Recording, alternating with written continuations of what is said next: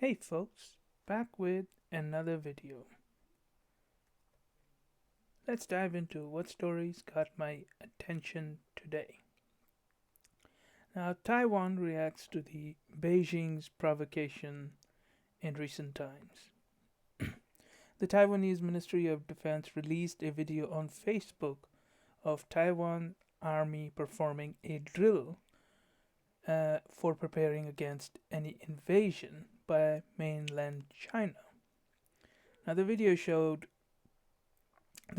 have been seen as a warning and also to give courage to the people domestically. Now, Taiwan so far has not done anything wrong. However, the region is volatile and various countries are posturing to show their strength and muscles. Now, hopefully, we can find a diplomatic solution.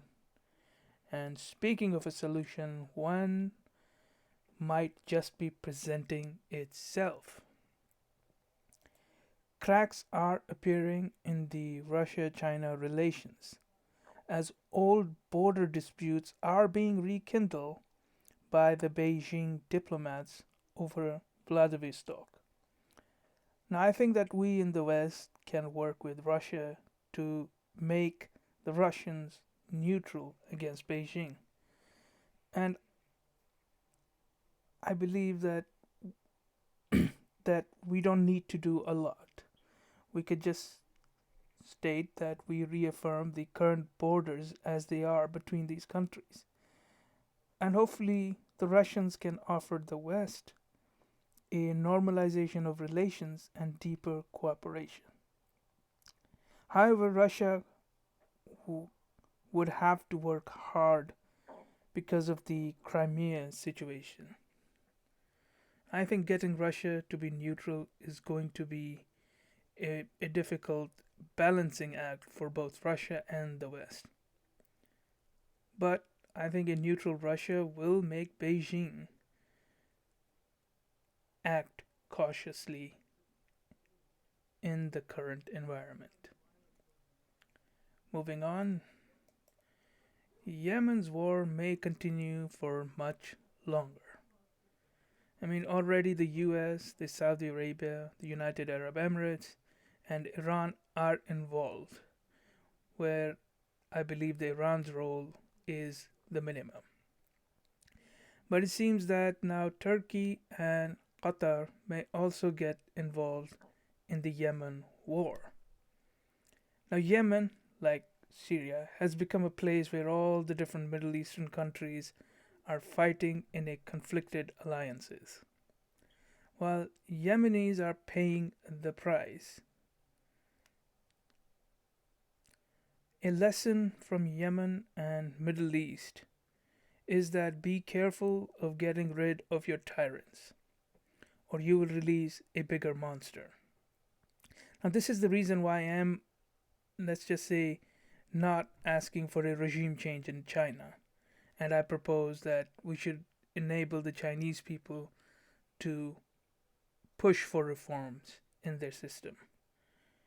Getting rid of the Chinese government may not be, especially the Communist Party, for how evil it is, may not be the right move. Moving on, the International Atomic Energy Agency's Director General Rafael Grossi will make a trip to Tehran on Monday to pressure the government to allow inspectors access to two suspected former atomic sites.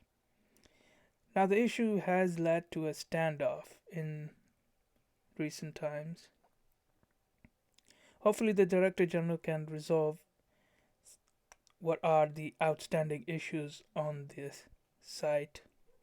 I suspect that Iran may have an opportunity to take advantage of this, but that is yet to be seen. And finally, while we have crossed the line in 2012 when the debt to GDP crossed 100%, but it went down following that. And now we may seem to be, and of course, in 2015, the debt to GDP crossed 100% again.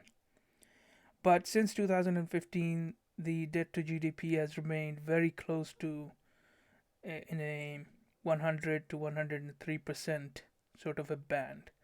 But this year it is creeping up. And I think the trajectory is now bound to go further. And there is a, let's just say, a concern that we might get trapped in an inflationary cycle.